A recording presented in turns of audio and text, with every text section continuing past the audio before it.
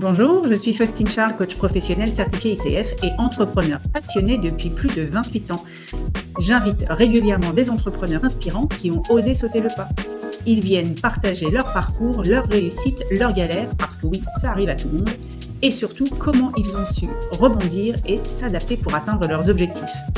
Alors que vous soyez en train de courir, de conduire ou même de procrastiner dans votre canapé, laissez ces entrepreneurs vous accompagner et vous inspirer pour que vous puissiez vous aussi dire « Je suis l'entrepreneur de ma vie ». Bonne écoute. Salut Olivier, bienvenue dans ce podcast spécial entrepreneur. Bon, alors nous, ça fait quoi? Quasiment 30 ans qu'on se connaît? Ça va faire ça à peu près, non? Tu dirais quoi, toi? Ça fait plus de 20 ans. Bon, alors, pour faire un petit résumé de ta vie professionnelle d'entrepreneur, donc toi, en fait, tu as fondé Neteos, qui est une start-up. Tu l'as fondée en 2004. Tu me dis si je me trompe. Une start-up spécialisée J'ai dans fondé la en 2004, ouais. 2004, ouais, spécialisée dans la vérification d'identité et de lutte contre la fraude documentaire. Est-ce que je suis bon jusque-là? Alors, en fait, on a commencé à y travailler avec mon associé Xavier Fasselina en 2003. On a travaillé beaucoup avec des universitaires sur des problématiques de cryptographie. Et en fait, au début, Neteos, c'était une société clairement orientée crypto. Notre volonté, je dirais, notre mission, c'était de sécuriser les données sensibles de l'industrie, notamment l'industrie française et européenne, dans des logiques de guerre économique. Et donc ça, on a travaillé sur ça pendant 3-4 ans. En tant que bureau d'études, on réalisait des produits de crypto, mais pour d'autres. Et puis après, on a eu envie de faire notre propre produit. Alors, on l'avait d'abord appelé Hermès Nomade. Donc là, on a pris 2 courriers recommandés d'Hermès et de Bouygues Télécom. Du coup, on a changé de nom. On l'a appelé Equinox. Et voilà, ça prenait la forme d'une clé USB intégrant une mémoire flash et une carte à puce, comme la carte SIM d'un téléphone, qu'on insérait dans la clé USB et qui permettait en fait d'avoir un petit peu ton bureau mobile dans ta poche. Tu la pluguais sur un ordinateur et hop, tu avais un peu le petit menu qui s'affichait en bas à droite. Et voilà, tu pouvais lancer un navigateur sécurisé, tu pouvais avoir une boîte mail sécurisée, ce genre d'outils. Voilà. Et on a travaillé pour des grands groupes que je ne nommerai pas du coup, et notamment pour un groupe bancaire. Et sur le groupe bancaire, on a trouvé d'autres usages qui nous ont intéressés, et notamment ceux de la signature électronique. Et c'est là où on démarre la deuxième partie de vie de Neteos. D'accord. Et à ce moment-là, tu étais encore associé avec Xavier ou vous aviez décidé déjà de partir un peu chacun de votre côté dans cette aventure entrepreneuriale? Alors effectivement, à un moment donné, mon associé Xavier a souhaité lancer voilà une autre société qui s'appelle aujourd'hui SecLab. Et à l'époque, on travaillait avec EDF sur des systèmes voilà de sécurité plus hardware. Et donc hardware, faut entendre voilà que c'est plus du matériel que juste du soft, donc du logiciel. Et voilà, il y avait un beau potentiel dans la cybersécurité industrielle. Il a souhaité développer cette partie-là. Du coup, on s'est séparés. Alors, je crois que c'était en 2011, par là. Voilà, je suis pas sûr exactement de la date. D'accord. Écoute, pour répondre à ta question, je pense que c'est à cette époque-là où on a entrepris le pivot vers la confiance digitale. Donc nous, en fait, on a vraiment quitté la cyber à ce moment-là et on a été vers la confiance digitale avec un premier use case avec une société que je vais nommer pour le coup, qui s'appelait à l'époque Banque Casino, qui s'appelle aujourd'hui Floa, qui consistait à pouvoir enrôler des nouveaux clients en ligne, mais en full, hein, c'est-à-dire qu'il n'y avait pas de papier après à envoyer ou de choses comme ça. Ça se faisait en 15 minutes et ça passait par le fait justement on permettait de vérifier les justificatifs du client, donc Mhm. notamment les justificatifs d'identité, et on finissait par la signature électronique. Et c'est ce qu'on a fait jusqu'à aujourd'hui. D'accord. Donc toi, en fait, Neteos, donc les chiffres, en chiffres, c'est donc 2004, 2021, puisqu'en 2021, tu as vendu en fait ta start-up, tu as vendu ta boîte à un gros groupe qui compte aujourd'hui plus de 800 collaborateurs. Et toi, Neteos, quand tu as fait la passation, la cession, combien de collaborateurs tu avais? Alors, quand on Vous a étiez combien fait dans la l'équipe? session, on devait être une trentaine de collaborateurs. D'accord. Et on C'est parle voilà. bien d'environ 13 millions de vérifications d'identité annuelle? Sans doute, oui. Ah, sans doute, je suis quand même vachement renseignée, merde! Bah, ouais, je Attends, vois bien que tu as fait ah tes oui, non devoirs. mais attends, eh ben, j'ai Je bossé le projet quand ouais, bah, même. tu as bossé, ouais, c'est bien. Ben ouais, Donc et tout ça le depuis la nombre de France, hein? vérifications de 2021, je ne m'en souviens pas. Mais oui, je sais D'accord. qu'on en faisait plusieurs millions, plusieurs Ouais, ouais. et aujourd'hui, c'est plusieurs dizaines de millions. D'accord. Bon, tu savais quand même que tout se passait depuis la France, hein, que tu étais une entreprise 100% française, Cocorico. Toutes les vérifications se faisaient depuis la France. C'est assez beau quand même, non? C'est un sacré challenge, ça. Bah, surtout dans un domaine où, alors ce qui était amusant, c'est que bon, tout ça en fait n'est rien que de la lutte contre la fraude, hein, et heu ça nous semblait logique de en fait de voilà, de monter, le centre d'expertise, en France, puisque voilà, bon, bah, même en Europe, hein, il y a des pays où, le minimum, de revenus est pas le même que celui, en France, et ça ouvre quand même le biais à ce qu'on appelle des fraudes internes. Donc comme on Ouais, parle des pièces d'identité de voilà, de clients banque, assurance, voilà, d'accord. on trouvait ça bien de le faire, localement. Au-delà de ça, ça nous a permis de créer un centre d'expertise, à Montpellier, puisque l'idée, c'était de recruter localement, sans critère de diplôme ou d'expérience, et on a créé notre petite école, interne en Mhm. s'aidant, évidemment de spécialistes, renommés, dans le domaine de la finance, et voilà, ils nous ont permis de créer un programme, et après ils intervenaient régulièrement. Mais l'idée, voilà, c'était vraiment de pouvoir, recruter plutôt sur les soft skills que sur des, D'accord. hard skills, comme Hard on dit. skills. OK.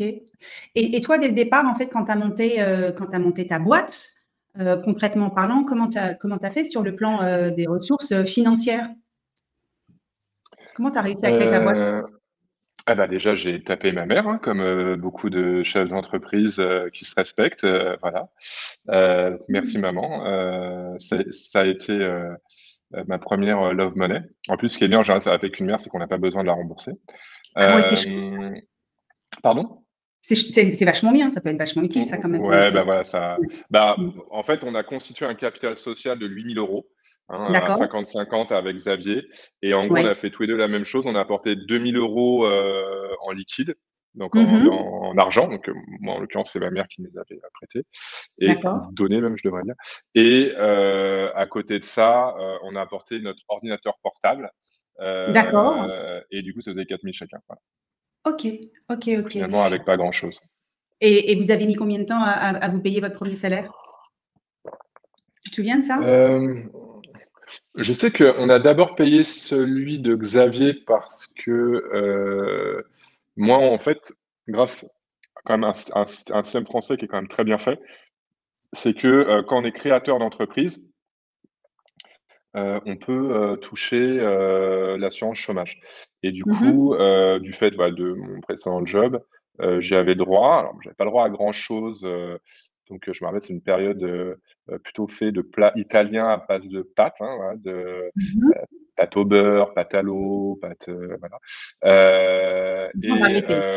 et le week-end pâtes, avec de la tomate, par exemple, Ah quand et même, d'accord. ah oui, oui, non, bon, c'est voilà, il s'agit quand même de faire voilà, de fêter certains événements, excuse-moi. Donc là, en l'occurrence, voilà, ça pouvait arriver. Je me souviens même une fois, j'ai dû avoir des pâtes à la carbonara. Mais alors, on peut rompre ce sujet des pâtes si tu veux, et du coup, voilà, voilà, je touchais un petit revenu, et Xavier non. Donc du coup, je pense que Xavier, a dû être payé assez rapidement, et moi peut-être, 6 mois, 1 an, après.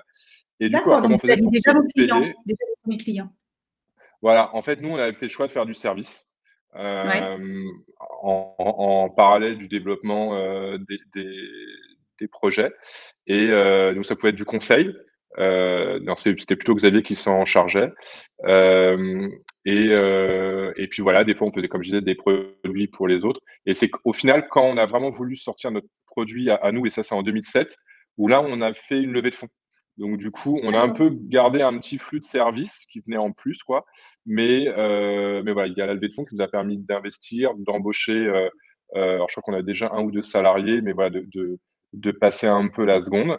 Et d'ailleurs, ces investisseurs, je les ai gardés pour la plupart jusqu'au bout, même si on a changé de métier après. Voilà.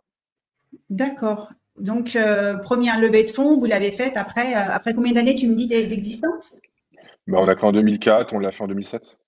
D'accord, donc assez rapidement, au bout de 3 ans, levée de fonds. Donc, OK, d'accord, d'accord. Et quelles compétences tu considères peut-être comme primordiales justement pour réussir des levées de fonds? Des levées de fonds? Ouais, c'est quoi les compétences en fait là, D'accord. Alors, primordiales? j'aurais pu donner des plus faciles pour réussir une société, mais alors pour réussir une levée de fonds, bah, enfin, je vais quand même faire un step en arrière. C'est que déjà, il faut bien s'assurer qu'on en ait besoin parce que il y a quand même pas mal de gens qui lèvent des fonds.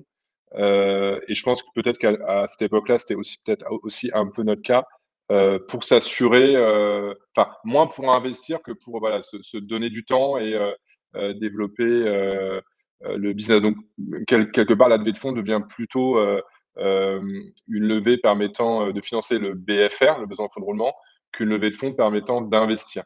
Et ça, je trouve, bon, voilà, c'est aujourd'hui peut-être moins qu'hier, mais il y a encore quelques mois, les levées de fonds, voilà, c'était un petit peu automatique, alors que c'est un peu comme les antibiotiques, quoi. Je pense que c'est pas forcément, en tout cas dans la tech, dans l'informatique, obligatoire. Quand on est en deep tech, là où il faut beaucoup d'investissement, pour le coup, ça devient incontournable. Donc, Et toi avec le voilà. recul alors Olivier? Toi, avec le Hmm. recul Olivier, aujourd'hui tu dis: «Bah tiens, j'aurais pu faire sans». Je pense que le premier tour était pas nécessaire. Après, moi, peut-être qu'on en reparlera, mais après, on a été en sauvegarde et on a refait un petit tour pour financer, éponger la dette. Donc là, pour le coup, bah, c'était très, très spécifique. Et on a refait un dernier tour avec AXA, qui lui n'était pas, je pense, nécessaire. C'était plus pour, euh,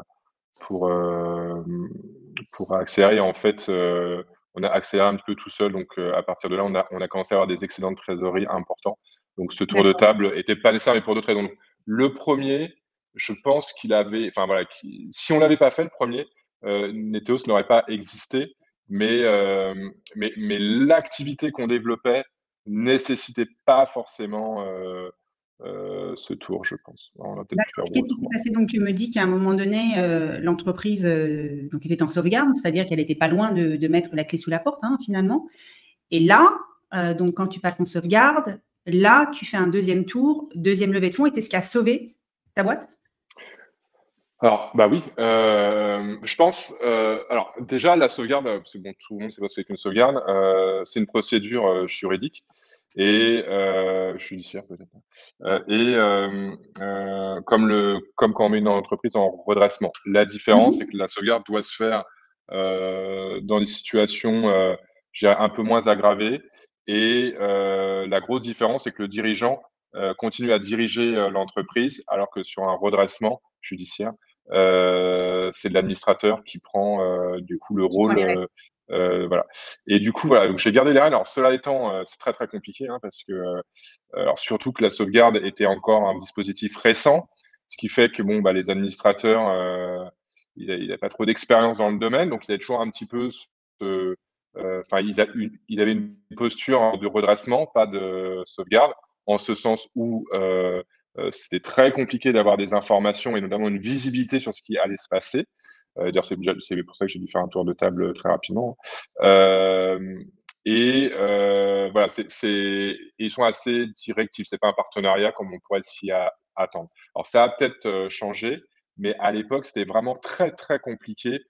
En gros, si vous savez pas ce que vous savez pas, eh ben, vous le saurez pas. Voilà. Parce qu'en fait, vous n'avez pas posé exactement la question qui amène la réponse. Et donc, voilà. Et donc, moi, notamment, j'avais posé la question parce que nous, on vendait plutôt à des grands comptes. Donc, on ne pouvait pas avoir de marque sur notre cabis. Et il se trouve que voilà, j'avais compris qu'au bout d'un an, on pouvait sortir du dispositif et geler des dettes. Donc, nous, en l'occurrence, les seules dettes qu'on avait, c'était des dettes sociales, des dettes avec l'État. On n'avait pas de dette privée. Et on avait aussi une dette bancaire. Voilà. Donc ça, en fait, ça aurait été gelé pour un remboursement sur 5 à 7 ans, je ne me rappelle plus exactement. Et, D'accord. voilà. Et quand même, voilà, je m'étais préoccupé de ça. C'est bon, ça, voilà, ça. c'est un fresh start. Il n'y a pas, enfin, il y a pas on n'a pas un dossier à la Banque de France, genre, donc là, on n'est pas du tout, pas du tout. Ouais. Et je crois que c'est la veille de passer devant le tribunal de commerce pour acter le truc. Ils nous disent ah non, non, mais vous allez avoir une marque sur votre cabis. Hein, en fait, tant que l'ensemble de la dette n'est pas épuré, Oui. on est marqué au fer rouge, en fait. Voilà. Et en fait, j'ai posé, en plus, c'est un sujet sur lequel j'étais revenu plusieurs fois. Donc, l'administrateur a eu largement l'opportunité de comprendre le sens de ma question et de dire, ah ben si, ça sera visible pour ceux qui regarderont, puisque vous aurez cette marque sur le cabis. Et évidemment, quand on veut bosser avec un grand compte, ça l'est Regarde, bien visible. sûr, Hein, bien sûr. Ouais, bah, ouais, bien ouais. sûr. Donc là, ça servait à rien de continuer avec la marque cabis. Du coup, j'ai fait reporter le passage devant le tribunal de commerce et j'ai cherché des investisseurs, mais alors dans un contexte très dégradé, hein, parce que bonjour, on est en procédure judiciaire. Ce qu'on veut financer, c'est de la dette, hein, donc ça ne nous servira pas à investir. Et par contre, voilà, on pense que voilà, finalement, on avait réussi à opérer notre pivot après un petit raté, tac tac, on a repivoté tout de suite et on voyait qu'il y avait de l'attraction, que ça allait bien se passer. Mais voilà, bon, pour que bien que ça se passe, il fallait qu'on soit. Donc Donc là, Olivier, oui, mais comment tu fais justement pour aller chercher des fonds quand tu es, enfin, effectivement en déficit et que tu es là, s'il vous plaît, messieurs, dames, venez éponger ma dette, parce qu'en fait, quelque part, c'est ça. C'est Qu'est-ce qui a fait ça. qu'ils Et ont a cru en priori, il n'y a toi? pas beaucoup d'investisseurs qui sont OK pour faire ça. Et donc, on Voilà, revient à ta question là. Alors là, pour le coup, parce que les sur la compétences. première levée, voilà, la compétence du chef d'entreprise, c'est surtout d'avoir un projet qui tient la route, Ouais. qui fait envie. Et je pense qu'à ce stade de développement, en capital venture, on regarde l'équipe, quoi. On regarde les gens. Parce qu'on sait que le plan va changer, on sait qu'il va se passer des choses qu'on ne peut pas anticiper. Donc, euh, voilà, je dirais que la compétence pour lever des fonds, c'est d'être sérieux, de savoir faire un BP, de le présenter par écrit et oralement, et puis voilà, Un BP, d'avoir une donc relation. un business plan, c'est Pardon? bien ça? Pardon? Un BP, un business Ah, c'est un plan, business plan, tout à fait, tout à voilà, fait. Un plan d'affaires, hein, en français. Et, un plan. euh, et donc, du coup, voilà, je dirais que factuellement, voilà, ce qu'il faut savoir faire, c'est ça. Maintenant, ce que vont regarder les investisseurs, c'est voilà, je dirais, la flexibilité intellectuelle, la résilience. Et ça, bon, je dirais que quand on est chef d'entreprise sur ce schéma de société, il faut beaucoup de résilience.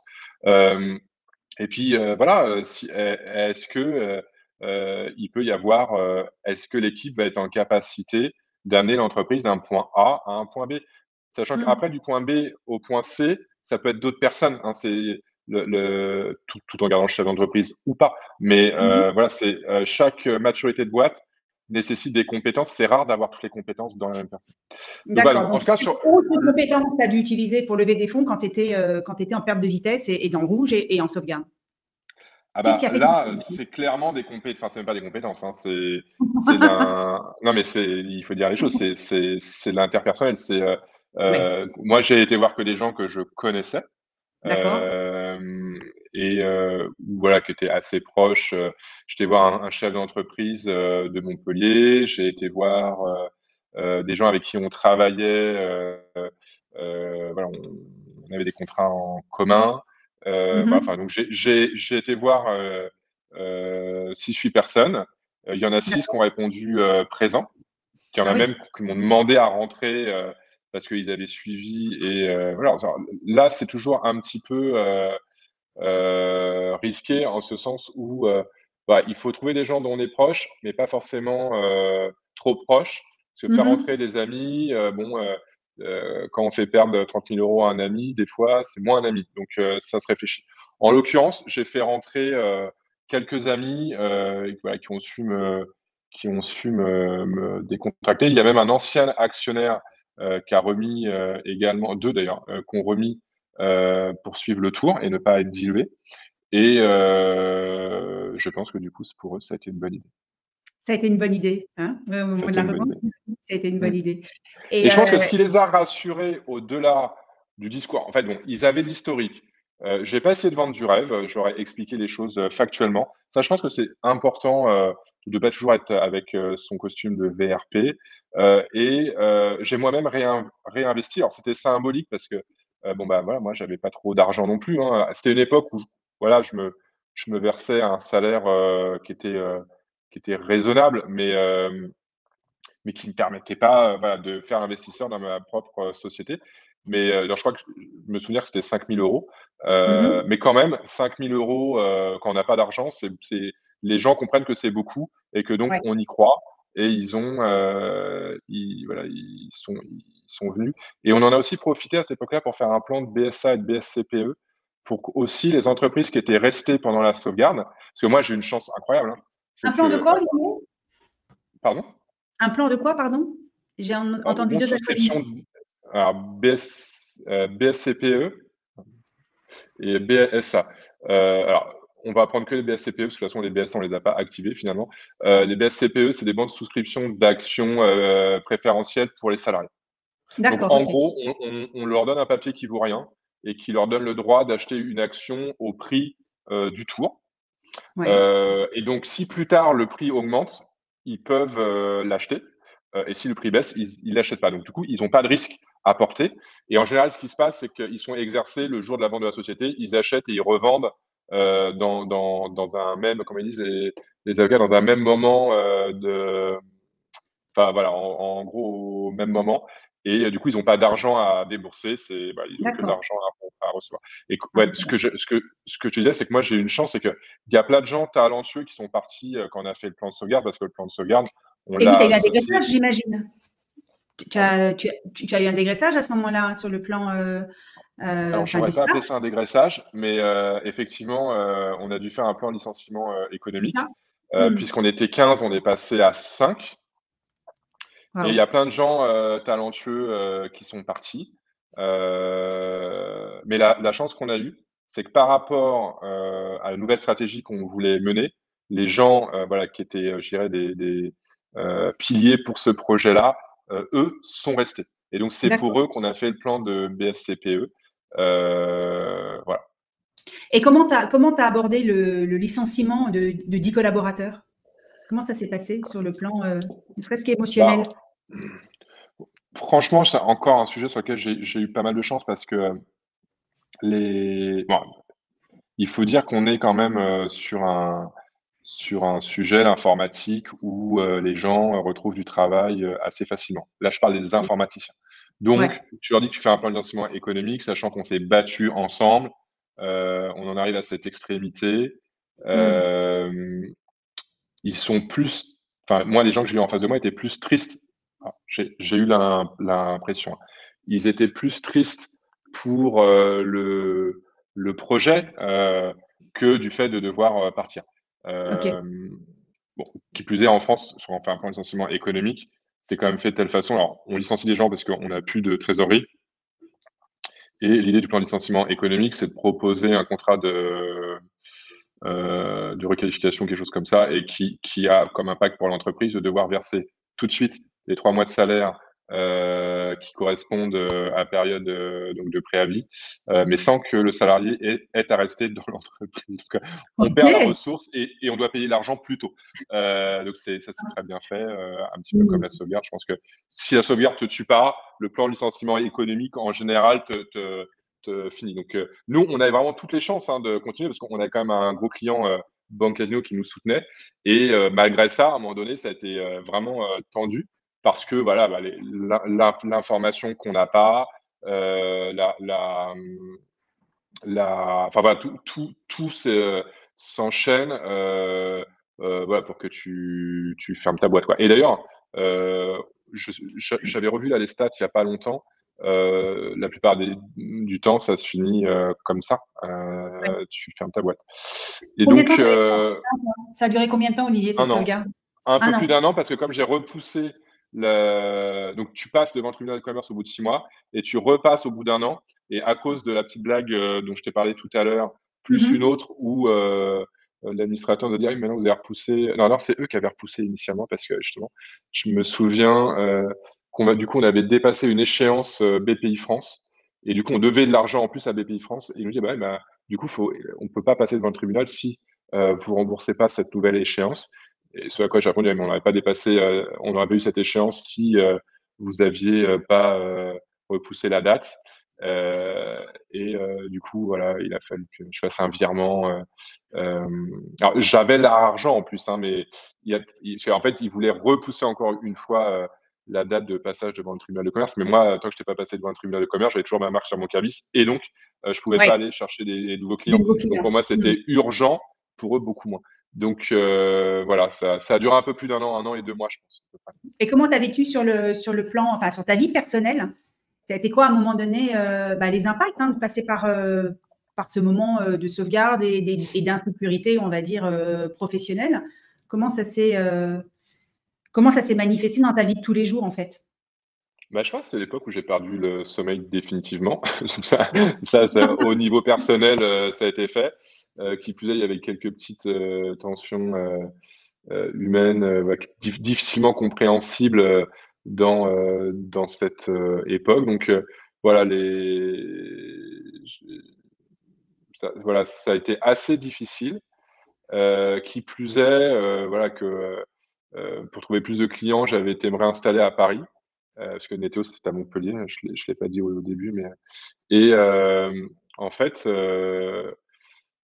mon je gagnais mieux ma vie que ma compagne de l'époque, mais qui elle, avait de l'argent de côté, ce qui était évidemment pas mon cas, vu la situation. Du coup, on avait convenu que, c'était elle, voilà, qui payait les frais de notaire et trucs et que moi, tous les mois, je remboursais, un petit peu plus de crédit, qu'elle.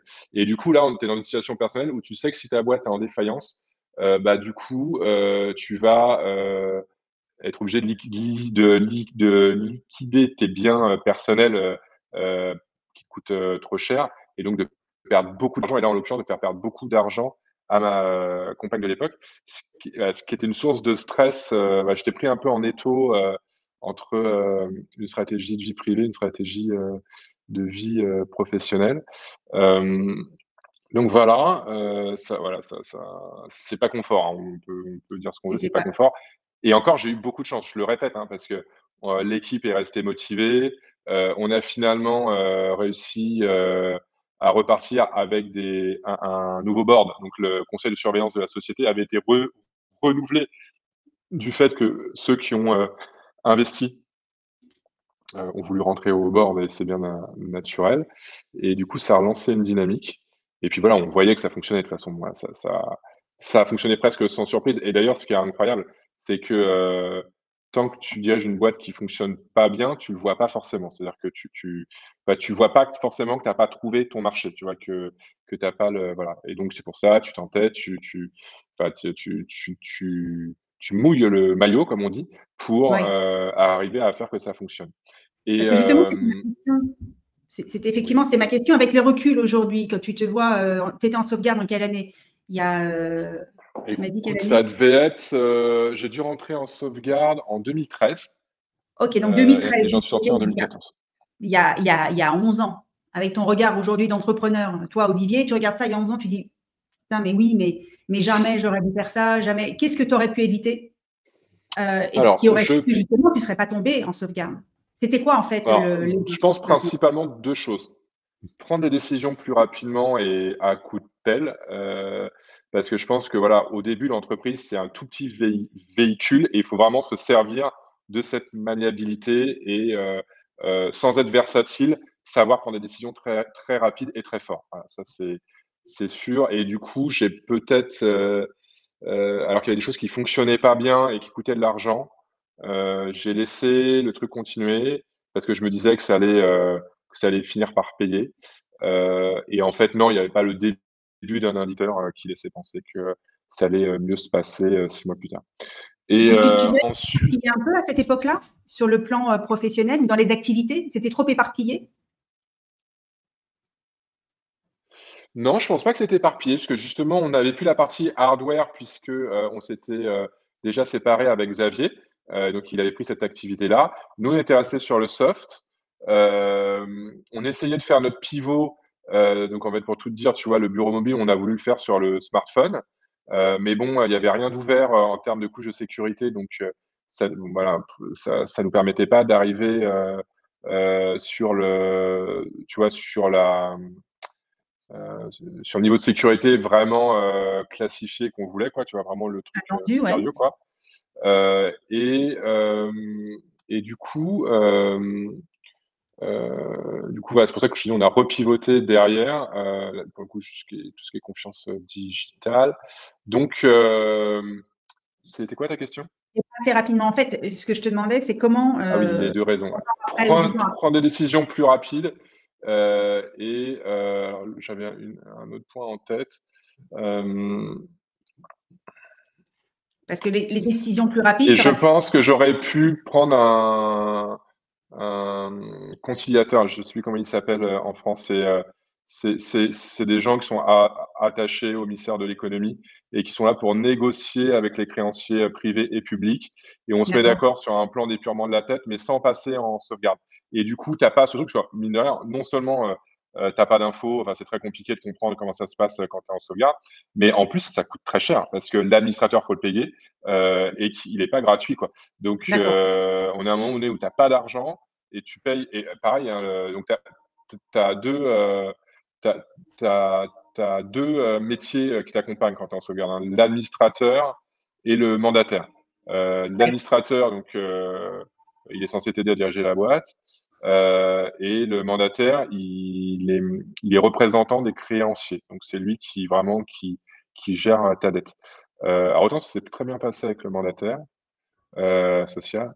Autant avec l'administrateur, c'était compliqué, mais rien de. Enfin, c'était pas personnel, c'est juste que, encore une fois, je pense que la procédure de sauvegarde était récente et que c'était Mmh. quelque chose qu'ils connaissaient mal. Et en fait, c'était pas la bonne posture. Je pense que vraiment le point, c'est qu'ils prenaient pas la bonne posture.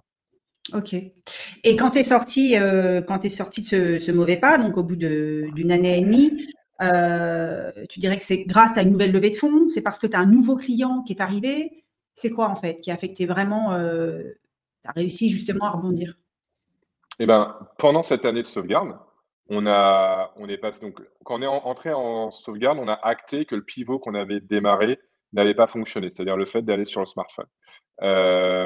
Du coup, on a refait un pivot avec notre compétence. Du coup, on avait appris à développer hein, sur terminal mobile et on est rentré donc sur une première application pour le compte de Banque Casino de souscription à distance via une application mobile.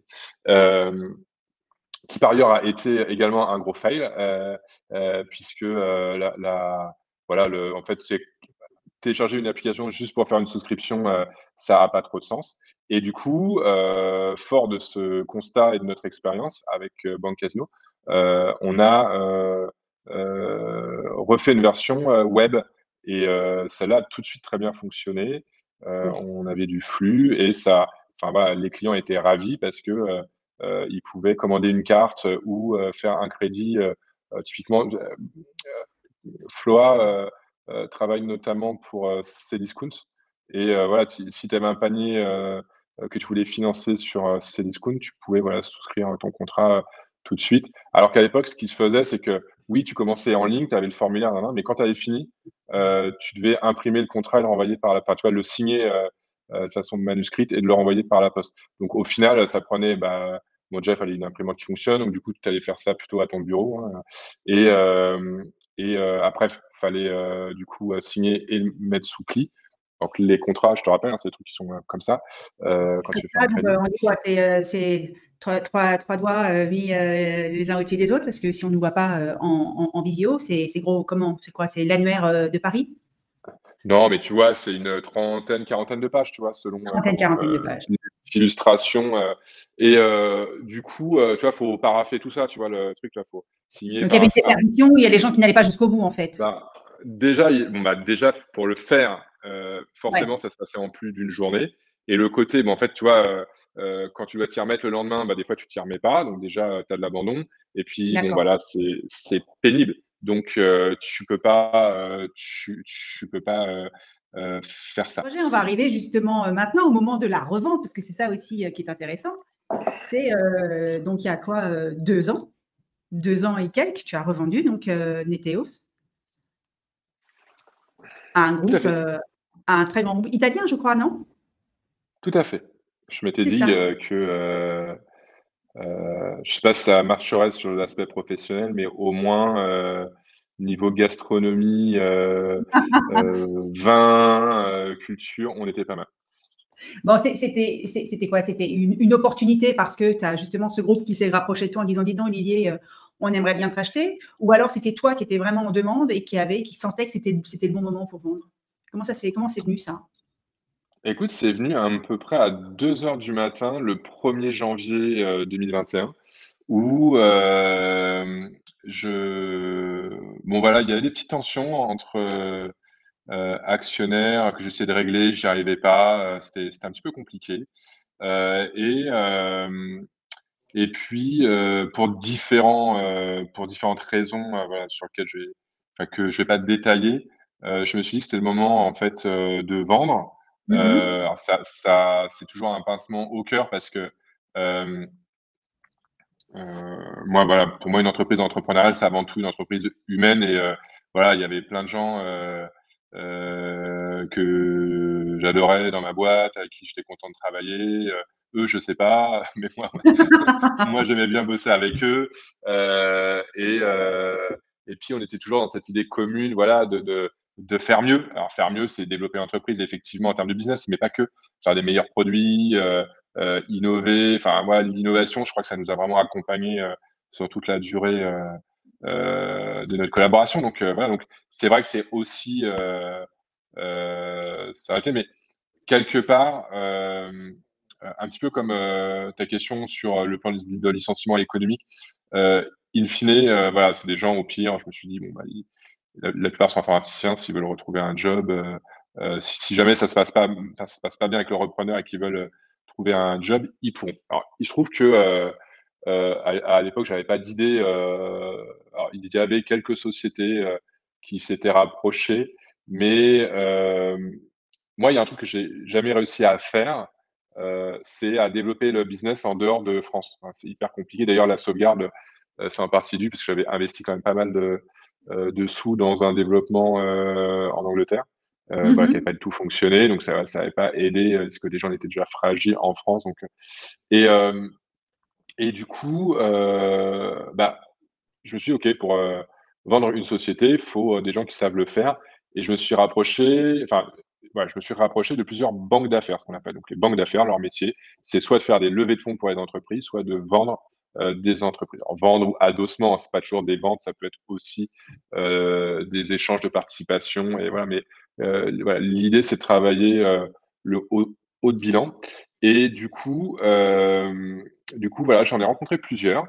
Et puis j'ai eu un petit coup de cœur pour une banque d'affaires qui s'appelle IK Partners, et donc notamment un des associés qui s'appelle Thomas Gubler. Et on était dans son sweet spot, c'est-à-dire que on était ni trop gros ni trop petit. Voilà, on était vraiment la taille de ce qui pouvait l'intéresser lui. Parce que si tu vas avoir une grosse banque d'affaires et que tu es petit, bah, tu l'intéresses pas, il te prend au cas où parce que le sujet est intéressant, ça peut lui permettre de rencontrer.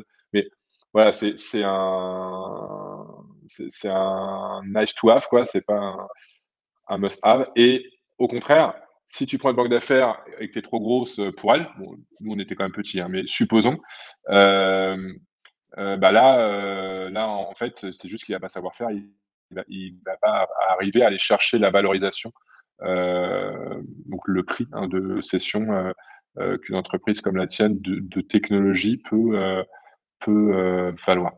Hem Et du coup, c'était le cas de Dika Partners et voilà, on a formé un bon duo avec Thomas, qui m'a dit a posteriori quand même qu'il était obligé de prendre des cachets pour le cœur à chaque fois que je pitchais en anglais, mais je pense que du coup, on s'en est quand même bien sorti.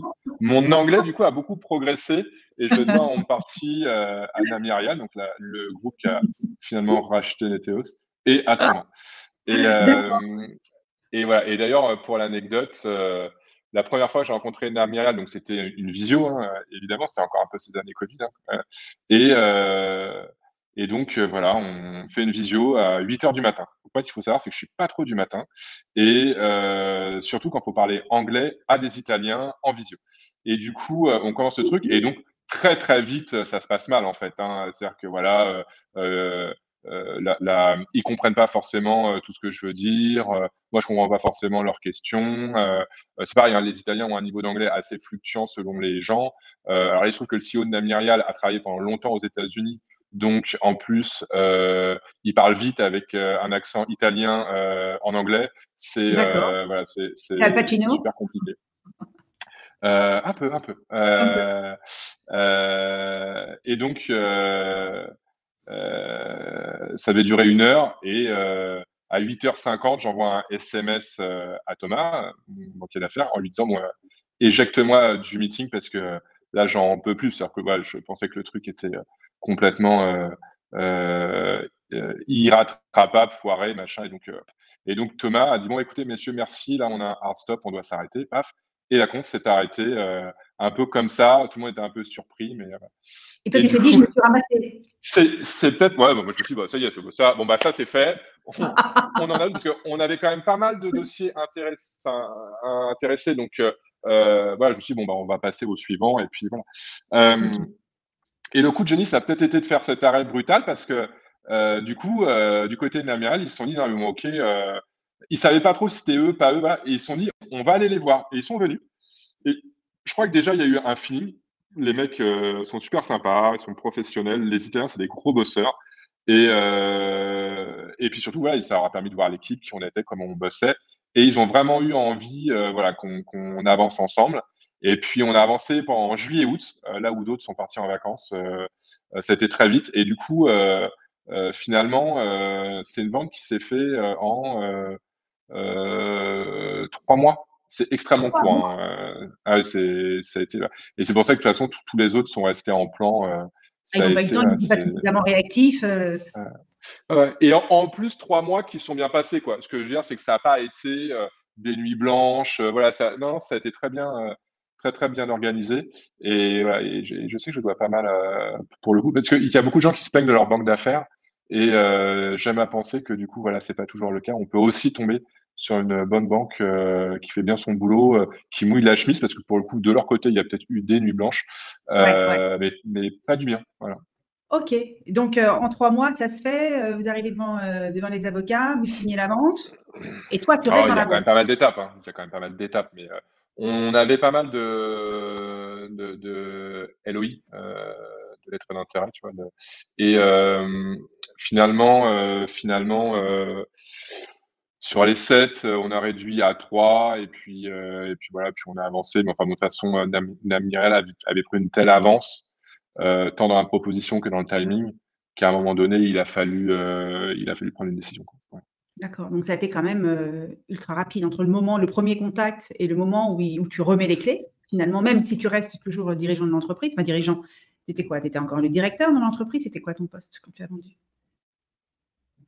J'étais président et j'y suis Président. resté jusqu'à l'année dernière. D'accord. Donc, en fait, tu as fait une passation, comme une passation, en fait, hein, finalement. Alors, non, initialement, j'avais vraiment envie. Tu vois, moi, j'ai jamais bossé dans un grand groupe. Alors, c'est pas un grand groupe, mais c'est un petit groupe international qui plus est. Du coup, voilà, je me projetais. Voilà, d'abord, bon, bah, la première mission, c'est d'intégrer ta société dans le groupe. Et Mhm. la deuxième, c'est voilà, peut-être de prendre des fonctions transverses. Et les deux me motivaient. Alors, on a eu vraiment un, un truc qui a été compliqué, c'est qu'on a notre responsable administratif et financier qui est parti juste après la signature. Donc, en général, c'est pas trop le moment parce que c'est la première fois que tu fais des comptes consolidés, donc c'est compliqué. Donc, en fait, j'ai finalement été pas mal absorbé par la finance voilà, j'ai pas pu forcément trop sortir la tête de l'eau la première année, notamment faire du business croisé. Enfin, là où un chef d'entreprise est attendu, c'est plus sur l'aspect développement commercial et managérial, évidemment. Mais je veux dire, une fois qu'on a traité des hommes, on est là pour développer l'entreprise, pas Mais est-ce que tu avais forcément encore la pour faire niaque des pour ça au tableaux début? Excel. Est-ce que Pardon? tu avais encore la niaque pour ça, pour aller développer encore l'entreprise, sachant que tu l'avais vendue? Donc, bien sûr, tu étais devenu collaborateur et tu étais salarié toujours de l'entreprise, mais honnêtement, est-ce que tu as toujours cette même niaque alors que tu as déjà filé les clés de la maison et du bébé? Moi déjà, j'avais toujours des participations dans le groupe, hein, donc D'accord. si tu fais référence à des intérêts financiers, il y a ça. Après, c'est vrai que c'est plus l'aspect financier qui te drive, c'est plutôt le fait, encore une fois, de bosser avec des gens. Moi, j'étais Mhm. hyper content d'agrandir l'équipe d'un seul coup. En Italie, j'ai trouvé des personnes vraiment, vraiment sympas, avec lesquelles j'ai aimé travailler. Alors, parce qu'elles étaient sympas, mais aussi parce qu'elles étaient pros, parce que les choses se passaient bien. Et voilà, donc, ouais, non, non, je pense que ta motivation peut rester intacte. Mais c'est vrai que, par contre, peut-être plus au même prix, tu vois. C'est-à-dire que Mhm. moi, typiquement, j'ai voulu engager rapidement un directeur général pour qu'il s'occupe du day-to-day. Bon, finalement, il s'occupait un petit peu plus que ça. Et justement, on est arrivé à être, bah, tu vois, un petit peu sur les mêmes sujets, quoi. Donc, à un moment donné, euh, euh, il y avait peut-être plus d'utilité que je reste mis à part pour être une mascotte. Et Ouais. je pense que quand tu as été chef d'entreprise pendant 20 ans, faire un mascotte, c'est pas trop cool. Mhm. T'as besoin d'avoir. Enfin, je pense que ce qui définit les chefs d'entreprise, c'est, en tout cas moi dans mon domaine, c'est qu'ils veulent avoir de l'impact, puis ils veulent faire des choses. Bon, bah voilà, si t'as plus les moyens de faire ça, effectivement, tu vas commencer à t'ennuyer parce que Ouais. ton travail n'a plus trop de sens, quoi. Donc, c'est un petit peu ce qui s'est passé. Donc, tu as décidé de quitter on va dire un peu le navire en négociant avec eux ton départ. Et ça, c'est assez récent, ça, non? Non, bah, il n'y a pas eu de négociation, hein, c'est Ouais. juste, j'aurais dit que j'allais partir, j'aurais demandé, voilà, enfin, je leur pas demandé, je leur ai laissé un temps raisonnable pour s'organiser. Et puis, bah, concrètement, c'est juste principalement faire la bascule de qui est le mandataire de l'entreprise, hein.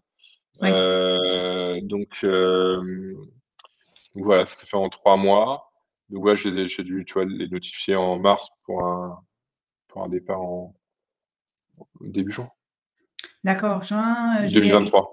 novembre, décembre, janvier. Oui, février, ça fait donc 9 mois que tu as quitté, on va dire, le monde de l'entreprise et enfin, qui était quand même réglé donc depuis 20 ans avec sans doute, comme je l'entends aussi, bah, quand même pas mal de stress, hein, des nuits blanches, quelques insomnies. Comment on passe du jour au lendemain dans une sorte d'inactivité professionnelle? Alors moi, l'inactivité, je dois t'avouer que je l'ai pas trop rencontrée. Elle doit Professionnelle, hein, j'ai exister bien dit quelque professionnelle, part. Olivier. Non, non, mais la, donc bon, déjà, moi, j'avais prévu d'investir une partie de ce que j'avais gagné dans des startups. Alors pas forcément de la tech d'ailleurs, au début plutôt pas. Plutôt le sujet qui m'intéressait, c'était tous les sujets à impact. Voilà, donc j'ai fait quelques investissements.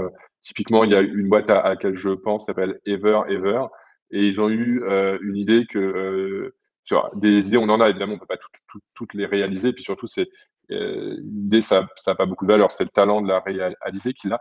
Et je m'étais toujours dit que c'était incroyable que maintenant les lave-linges euh, tombaient en panne au bout de 3 ans. Je trouvais ça dingue.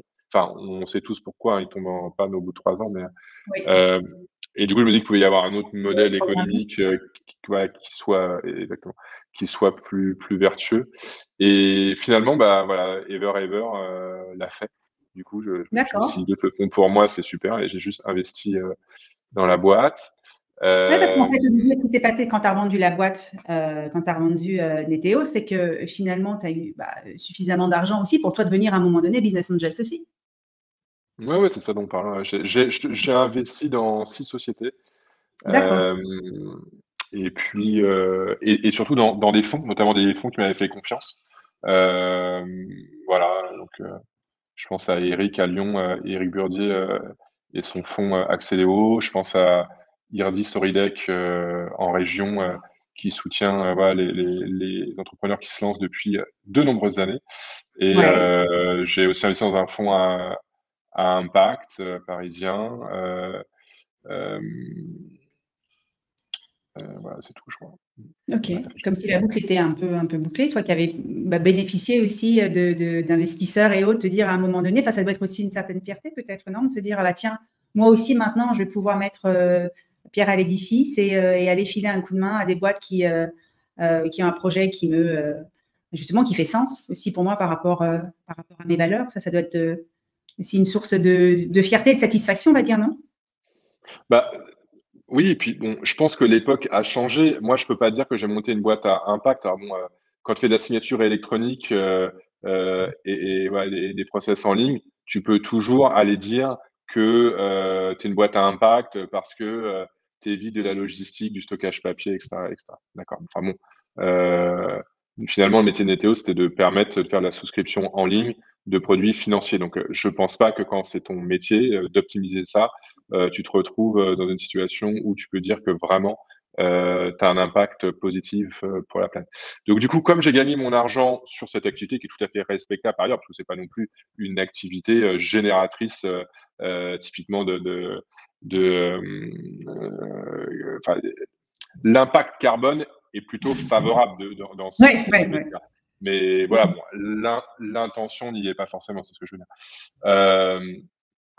Euh, en tout cas, pas que. Et il y a des gens, par contre, voilà, qui maintenant, à notre époque, se lancent sur des projets qui sont euh, qui sont beaucoup beaucoup plus focus sur l'impact, sur les émissions carbone et voilà, et qui font que ça. Donc donc voilà, je trouvais que c'était intéressant d'y participer. J'y ai moins participé en termes d'entrepreneur, un petit peu, parce que encore une fois, la signature électronique, l'impact est positif. Hein, on va pas... mais voilà, de faire du coup que ça sur ma vie de business angels. Voilà, en final, je n'ai pas fait que ça, mais j'ai fait principalement ça. Ok. Et tes projets de vie, c'est quoi maintenant? Donc là, il y a une rénovation en cours voilà, qui provoque quelques interruptions quand je C'est fais une des visios. interruption que nous allons couper puisque effectivement nous avons des livreurs qui arrivent chez Olivier en Ah, pleine les livres, interview. c'est autre chose. Ouais, mais ouais, après, c'est plutôt les artisans.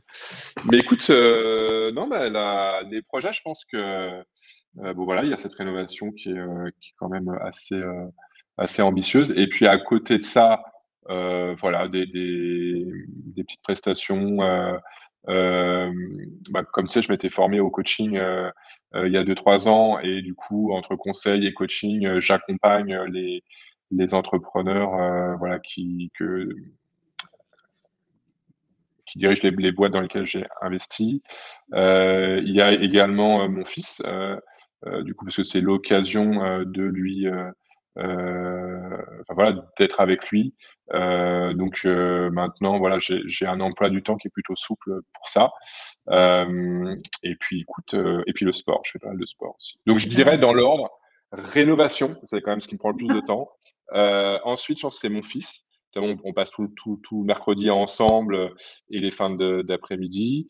Après, voilà, l'accompagnement d'entrepreneurs. Et voilà, et je pense que c'est dans cet ordre-là qu'il faut les mettre.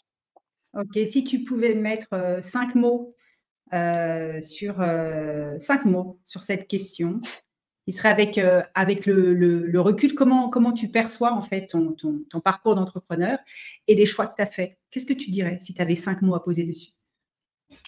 Alors, 5 mots qui se suivent ou 5 mots pris séparément? 5 mots, des hashtags. Ah, les hashtags. Alors, tu me fais bosser pour toi là. Donc, je pense que le premier, je l'ai dit tout à l'heure, c'est résilience. Parce que vraiment, voilà, le Netteo, ça a été une entreprise où il y a eu quand même des hauts, des bas, au début surtout des bas, après surtout des hauts. Donc voilà, la première chose. Après, l'innovation. Moi, j'ai adoré cette aventure parce qu'on imaginait des produits qui aidaient les gens.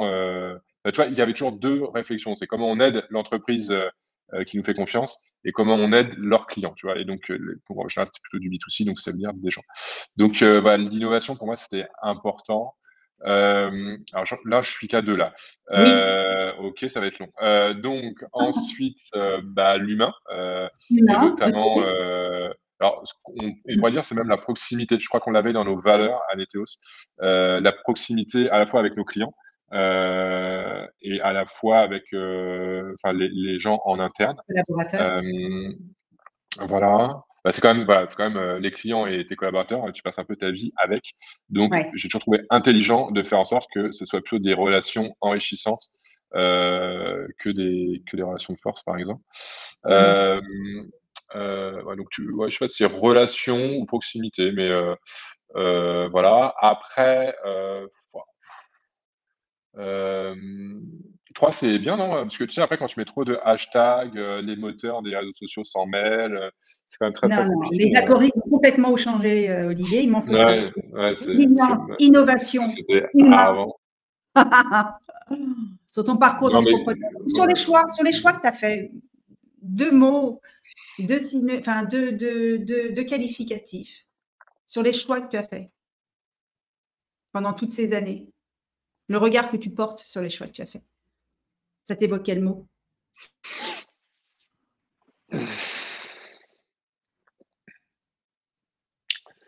Écoute, le truc, c'est que je pense que ça se résume pas forcément qu'à des choix. C'est difficile de faire un lien entre les choix et l'aboutissement, quoi. Je pense que ce que m'a appris, en tout cas, cette vie d'entrepreneur, c'est qu'il faut savoir faire des choix difficiles. Et si tu es un humain, je dirais, normal, Mmh. c'est donc difficile, puisqu'on appelle ça des choix difficiles. Et ça doit devenir quelque chose qui devient moins difficile, sinon c'est pas supportable. Donc, voilà, je pense qu'il faut du. Alors, peut-être que le La mot on- prise de qu'on va décision, mettre, peut-être que le mot qu'on va, même si je m'y prise de décision, déjà, tu vois, je te grille trois mots, c'est beaucoup. Peut-être que le courage, le c'est courage. une valeur, tu vois, qui a tendance un petit peu des fois à s'évaporer. Parce que quand tu démarres une vie, il n'y a aucune promesse qui te dit ça va être facile, gars. Et aujourd'hui, je pense qu'à une époque, on était plutôt surpris quand les choses étaient faciles et que voilà. Et maintenant, en fait, j'ai souvent l'impression que souvent on est surpris quand c'est difficile, alors que en fait, a priori, il n'y a rien voilà, qui prédispose les choses à être faciles. Et donc, quand tu crées une boîte, ce courage, tu vas l'avoir à différents endroits. Alors, et chacun est très différent. Tu as des choses pour toi ouais, qui vont être faciles. Moi, par exemple, travailler beaucoup, c'était pas tellement un problème. Tu vois, c'était même un truc un peu déstressant. Tu vois, je travaillais pour pas stresser. Par contre, prendre des décisions un peu Cornélienne? extrêmes, tu vois, où il y avait, voilà, enfin, ça pouvait avoir un impact durable sur le devenir de nos salariés ou même de nos clients encore, hein, parce que je veux dire, j'ai toujours considéré que nos clients étaient un peu dans, tu vois, qu'on était un peu dans la même équipe quand on essaie de faire des choses qui fonctionnent. Donc ça, voilà, ça demande du courage parce que faut accepter de pouvoir te tromper, quoi. Voilà. Donc, D'accord, donc du courage, de la résilience et puis donc innovation humain. On va laisser le dernier hashtag pour un deuxième podcast, hein, dans ces cas-là. Le cinquième, pardon, pas et le bon, on fait dernier. un podcast d'une heure et demie, il n'y a pas de souci. Et on fera un Euh, podcast d'une heure et demie. Bon, les dernières questions, Olivier, quel conseil, 6 conseils tu as envie de donner à un entrepreneur qui a envie de se lancer? Qu'est-ce que tu lui dirais si tu étais son mentor? bah, voilà, un seul conseil qui se traduirait par une question. Es-tu sûr? Parce que tu vois, je pense que tu dois devenir entrepreneur quand tu n'as pas le choix. C'est-à-dire quand vraiment tu as tout qui t'y pousse et que voilà, euh, t'es absolument convaincu que c'est ça dont tu as besoin. Euh, Si c'est juste, tu dis, tu vas mieux gagner ta vie en tant qu'entrepreneur que salarié, il y a peu de chances que ça fonctionne pour le coup. Euh, donc voilà, c'est vraiment de bien réfléchir à ses motivations parce qu'une fois que tu te lances, généralement c'est difficile et il faut avoir une base solide. Et si c'est que l'argent, la base n'est pas suffisamment solide, parce que tu auras toujours un moment où tu vas dire, bon, là, j'ai arrêté de me faire chier, je vais aller prendre un job cadre dans une banque, ou, enfin, tu vois, tu as toujours autour de toi une opportunité qui règle la question de l'argent, et du coup, il y aura un décrochage. Si au contraire, ce que tu veux, c'est être libre, pouvoir faire tes propres choix, développer quelque chose de nouveau, faire les choses à ta manière, là, effectivement, c'est plutôt pas mal de monter une boîte. Et des fois, je regrette que c'est euh, parce que, en fait, l'entrepreneuriat gomme les différences sociales. Alors c'est toujours plus facile de monter une boîte quand familialement tu as beaucoup de relations que quand tu en as pas. Voilà, moi j'en avais zéro. Ça m'a pas empêché de réussir. Quand je dis que ça gomme les différences sociales, c'est même, voilà, tu es à l'école, ça se passe pas bien à l'école, tu montes une boîte, d'un seul coup, t'en as plus rien à faire d'avoir une scolarité qui était bof, quoi. Ce qui Hmm. était quand même mon cas, puisque j'ai quand même redoublé 2 fois avant d'arriver au bac, et voilà, et après, ça n'a pas été simple non plus. Donc, du coup, voilà, tes parents peuvent être riches, pauvres. Enfin, vraiment, ça redonne la chance à chacun de maîtriser son destin. Et ça, je trouve que on l'emploie pas forcément beaucoup. Voilà, mais c'est le. Donc, voilà, globalement, le conseil que j'aurais, c'est vraiment de challenger ses motivations euh, et d'être assez clair sur ce que va m'apporter l'aventure et ce que ça va me prendre aussi. Sur Parce que son pourquoi. évidemment, il y a pas que ce que ça t'apporte, il y a aussi ce que ça te prend. Merci Olivier, ce sera le mot de la fin. Merci beaucoup d'avoir participé à ce podcast. C'était très chouette ce moment. On a balayé finalement combien d'années 2004, 2021, hein, un peu l'histoire de ta société jusqu'à la revente, même jusqu'à ce que tu sois parti, et c'est encore plus récent. Donc, merci d'avoir partagé tout ça avec nous. C'est précieux pour les entrepreneurs qui se lancent, qui sont déjà lancés, ou ceux qui ont aussi peut-être envie de faire une passation comme ça, de vendre leur entreprise pour passer à autre chose, avec d'autres projets de vie, hein, que ce soit professionnel ou personnel. En tout cas, merci pour tout ça, Olivier, et puis je te dis à très, très bientôt. À bientôt, Faustine.